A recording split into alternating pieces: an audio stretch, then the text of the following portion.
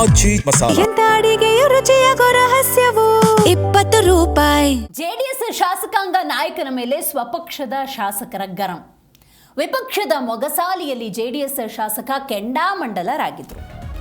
ಸುರೇಶ್ ಬಾಬು ಮೇಲೆ ಶರಣಗೌಡ ಕಂದುಕೂರ್ ಆಕ್ರೋಶವನ್ನ ವ್ಯಕ್ತಪಡಿಸಿದ್ದಾರೆ.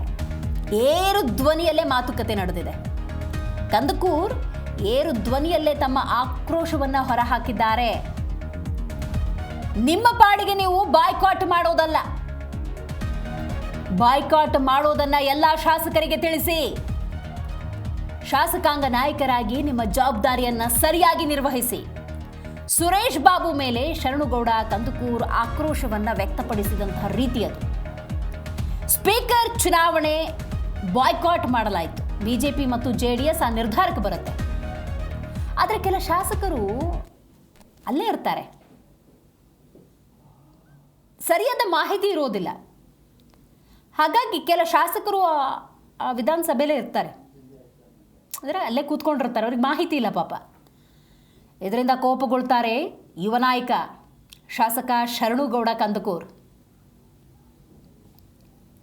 ಆದರೆ SMS ಮಾಡಿದ್ದೀನಿ ಅಂತ ಹೇಳಿ ಸಮಜಾಯಿಷಿಯನ್ನು ಸುರೇಶ್ ಬಾಬು ನೀಡ್ತಾರೆ. ಅದರ ಒಪ್ಪಿಕೊಳ್ಳೋಕ್ಕೆ ಕಂದಕೂರ್ ಸಿದ್ಧ ಇರಲಿಲ್ಲ. ಕಾಲ್ ಮಾಡಿ ಹೇಳೋದಕ್ಕೆ ಆಗೋದಿಲ್ವಾ ಅನ್ನುವಂತಹ ಮಾತುಕತೆ ನಡೆದಿದೆ. ರೈಟ್, ಬಗ್ಗೆ ಹೆಚ್ಚಿನ ಡೀಟೇಲ್ಸನ್ನು ನಮ್ಮ ಪ್ರತಿನಿಧಿ ಜನಾರ್ದನ್ ಹೆಬ್ಬಾರ್ ನೀಡ್ತಾರೆ. ಜನಾರ್ದನ್, JDS ಶಾಸಕಾಂಗ ನಾಯಕದ ಮೇಲೆ ಸ್ವಪಕ್ಷದ ಶಾಸಕರು ತೀವ್ರ ರೀತಿಯಲ್ಲಿ ಗರಂ ಆಗಿದ್ದಾರೆ. ಕಂದಕೂರ್ ಅವ್ರಿಗೆ ಮಾಹಿತಿನೇ ಇರಲಿಲ್ವಾ? ನಿಜಕ್ಕೂ SMS ಮಾಡಿದ್ರಾ?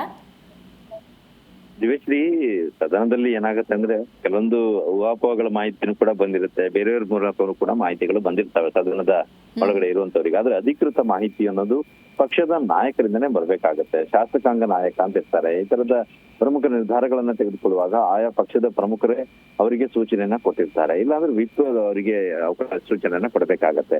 ಇಲ್ಲಿ ಶಾಸಕಾಂಗ ನಾಯಕನಾಗಿರುವಂತಹ ಸುರೇಶ್ ಬಾಬು ಅವರು ಎಲ್ರಿಗೂ ಕೂಡ SMS ಮಾಡಿದ್ರು. ಇವತ್ತು ಸ್ಪೀಕರ್ ಎಲೆಕ್ಷನ್ ಇದೆ, ಅದನ್ನ ನಾವು ಬೈಕಾಟ್ ಮಾಡಬೇಕು ಅಂತ ಹೇಳಿ ತೀರ್ಮಾನವನ್ನು ಮಾಡ್ಕೊಂಡಿದ್ರು. ನಿನ್ನೆ ಬಿಜೆಪಿ ಅವರು ಸಭೆ ನಡೆಸಿ ತೀರ್ಮಾನ ಮಾಡಿ ಎಲ್ರಿಗೂ ಕೂಡ ಫೋನ್ ಮಾಡಿ ತಿಳಿಸಿದ್ದಾರೆ.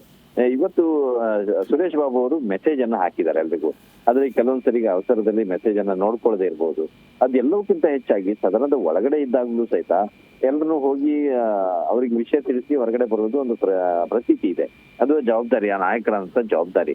ಆದ್ರೆ ಕೆಲವರಿಗೆ ಬಿಜೆಪಿ ಮತ್ತು JDS ಎಲ್ಲರೂ ಕೂಡ ಬೈಕಾಟ್ ಮಾಡಿದ ಸಂದರ್ಭದಲ್ಲಿ ಸ್ಪೀಕರ್ ಚುನಾವಣೆ ನಡೆಯುವಾಗ ಒಂದ್ 4-6 ಜನ ಮಾತ್ರ JDS ನವರು ಕೂತ್ಕೊಂಡಿದ್ರು. ಅವರಿಗೆ ಸರಿಯಾದಂತ ಮಾಹಿತಿನೇ ಇರಲಿಲ್ಲ. ಇದು ಅವರಿಗೆ ಒಂದು ರೀತಿಯಲ್ಲಿ ಮುಜುಗರ ಆಗುವಂಥದ್ದು. ಉಳಿದವರು ಎಲ್ಲರೂ ಹೊರಗಡೆ ಹೋಗಿದ್ದಾರೆ, ನಾವ್ ಇಲ್ಲೇ ಇದೀವಲ್ಲ ಅಂತ ಹೇಳಿ. ಈ ಚುನಾವಣೆ ಪ್ರಕ್ರಿಯೆ ಶುರುವಾದಾಗ ಏನಾಗುತ್ತೆ ಶ್ರೀ, ಡೋರ್ ಅನ್ನ ಹಾಕಿರ್ತಾರೆ. ಯಾರು ಕೂಡ ಹೊರಗಡೆ ಬರ್ಲಿಕ್ಕೂ ಆಗಲ್ಲ, ಹೊರಗಡೆ ಇದ್ದವರು ಒಳಗಡೆ ಹೋಗ್ಲಿಕ್ಕೂ ಆಗಲ್ಲ. ಆ ಒಂದು ಬೆಲ್ ಹೊಡೆದು ನಿಂತ ತಕ್ಷಣ ಅದು ಒಳಗಡೆ ಇದ್ದವರು ಪ್ರಕ್ರಿಯೆ ಮುಗಿಯೋ ತನಕನೂ ಒಳಗಡೆ ಇದ್ದವರು ಹೊರಗಡೆ ಆಗತ್ತೆ. ಇಲ್ಲಿ ಒಂದ್ 4-6 ಜನ ಹೊರಗಡೆ ಇದ್ರು ಅನ್ನೋ ಮಾಹಿತಿ ಇದೆ. ಅದು ಕಂದಕೂರ್ ಅವರಿಗೆ ಬಹಳ ಮುಜುಗರವನ್ನು ಉಂಟು ಮಾಡಿದೆ. ತಕ್ಷಣನೇ ಹೊರಗಡೆ ಬಂದು ಸಭೆಯಲ್ಲಿ ಮೊಗಸಾಲೆಯಲ್ಲಿ, ವಿಪಕ್ಷದ ಮೊಗಸಾಲೆಯಲ್ಲಿ ನಿಂತ್ಕೊಂಡು ಮಾತಾಡ್ತಾ ಇರೋ ಸಂದರ್ಭದಲ್ಲಿ ತೀವ್ರ ಗರಂ ಆಗಿಯೇ ಮಾತಾಡಿದ್ದಾರೆ ಸುರೇಶ್ ಬಾಬು ಅವರಿಗೆ. ಇಷ್ಟು ಕಮ್ಯುನಿಕೇಶನ್ ಮಾಡ್ಲಿಕ್ಕೆ ಸಾಧ್ಯ ಆಗಲ್ವಾ ನಿಮ್ಗೆ ಅಂತ ಹೇಳಿ. ಆದ್ರೆ ನೀವು ಈ ಜವಾಬ್ದಾರಿಯನ್ನು ವಹಿಸ್ಕೊಂಡಂತವರಿಗೆ ಈ ಜವಾಬ್ದಾರಿಯನ್ನು ನಿರ್ವಹಿಸಲಿಕ್ಕೆ ಸಾಧ್ಯ ಇಲ್ವಾ ಅಂತ ರೀತಿಯಲ್ಲಿ ಪ್ರಶ್ನೆಯನ್ನ ಮಾಡಿದ್ದಾರೆ.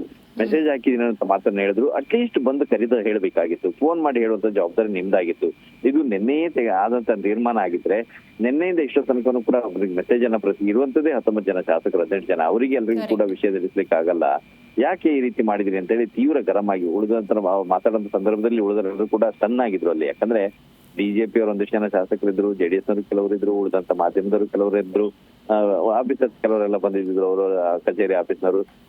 ಇಷ್ಟು ಜನರ ಎದುರುಗಡೆಯಲ್ಲಿ ಏರು ಧ್ವನಿಯಲ್ಲಿ ಅವ್ರು ಮಾತಾಡಿದ್ದು ಸುರೇಶ್ ಬಾಬು ಅವರಿಗೆ ಸಹಜವಾಗಿ ಮುಜುಗರ ಆಗಿರುತ್ತೆ. ಆದ್ರೆ ಪಕ್ಷದ ಒಳಗಡೆ ಜವಾಬ್ದಾರಿಯನ್ನು ತೆಗೆದುಕೊಂಡಂತವ್ರು ಸರಿಯಾಗಿ ನಿರ್ವಹಿಸದೇ ಇದ್ದಾಗ ಅದಕ್ಕೆ ಅದೇ ಪಕ್ಷದ ಶಾಸಕರು ತಿರುಗಿ ಮಾತಾಡಿದಾಗ ಒಂದ್ ಕಡೆಯಲ್ಲಿ ಇವ್ರು ಎಚ್ಚೆತ್ಕೊಳ್ಳೋದಾದ್ರೆ ಇನ್ನೊಂದ್ ಕಡೆಯಲ್ಲಿ ದೊಡ್ಡ ಮುಜುಗರಕ್ಕೂ ಕೂಡ ಕಾರಣ ಆಗತ್ತೆ. ಪಕ್ಷದ ಒಳಗಡೆ ಎಲ್ಲವೂ ಕೂಡ ಸರಿಯಾಗಿ ಹೋಗ್ತಾ ಇಲ್ಲ ಅನ್ನೋ ಮೆಸೇಜ್ ಕೂಡ ಪಾಸ್ ಆಗತ್ತೆ. ದಿವ್ಯಶ್ರೀ, ಥ್ಯಾಂಕ್ ಯು ನಿಮ್ಮೆಲ್ಲ ಮಾಹಿತಿಗಾಗಿ ಜನಾರ್ದನ್.